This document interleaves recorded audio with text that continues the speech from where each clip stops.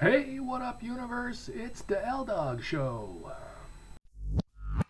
See the mommy won't stay for your meal, getting all the piece of pie for your wife. Everybody wanna know how it feels. Everybody wanna see what it's like.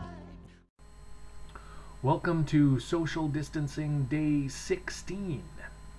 That's right, it was 16 days ago today that the Prime Minister and the Premier of Ontario and several other people started telling us to stay home, and when you did go out, to stay at least 6 feet away from any other human.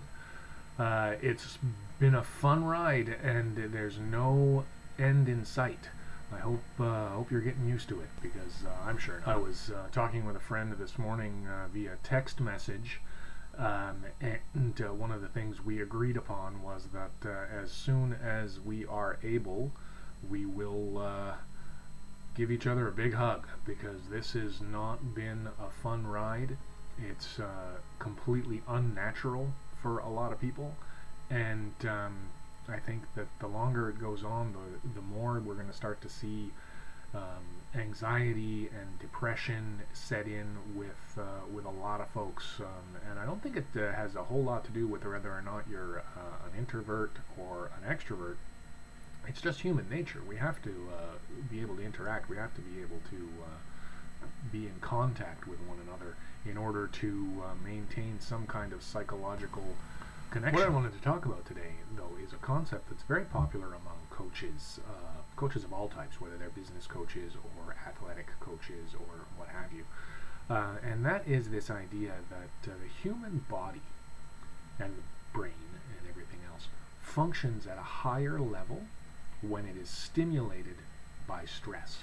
And make no mistake, this is a stressful time. The athletic coaching community refers to it as functional overreach, FOR.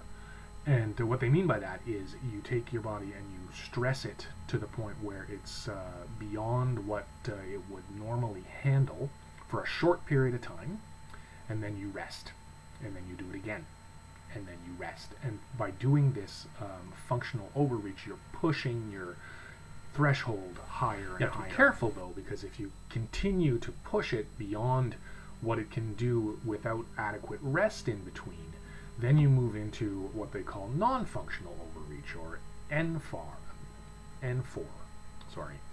And beyond that, if you continue to push it, then you push it into what they call overtraining syndrome. And overtraining syndrome is essentially an injury waiting to happen. And the reason I'm telling you all of this is that with COVID-19 and the social distancing protocols and all of the extra stress that we are putting on ourselves mentally to maintain the world through all of this, we are pushing ourselves mentally into what I would consider at this point to be non-functional overreach.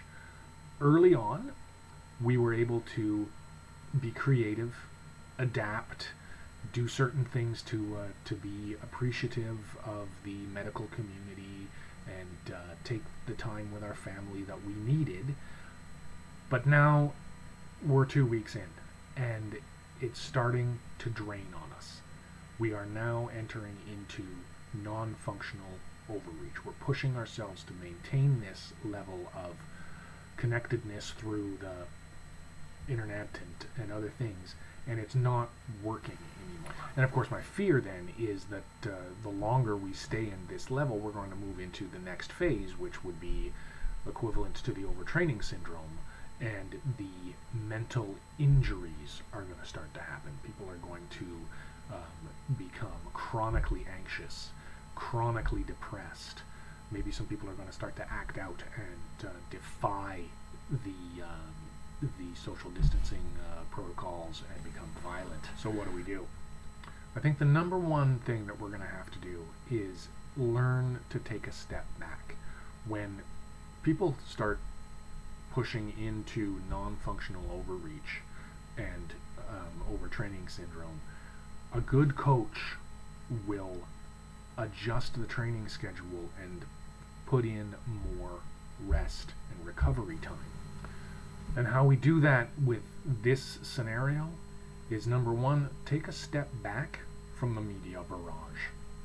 Take some time to yourself to isolate from the information overload that's happened. That's number one. Number two, look for opportunities to serve and to help out. Maybe help your neighbors, maybe just be thankful for the people who are helping. Those little steps will help you to remove from the actual intensity of it all. And lastly, get outside. The weather's starting to turn. It's spring here in Canada.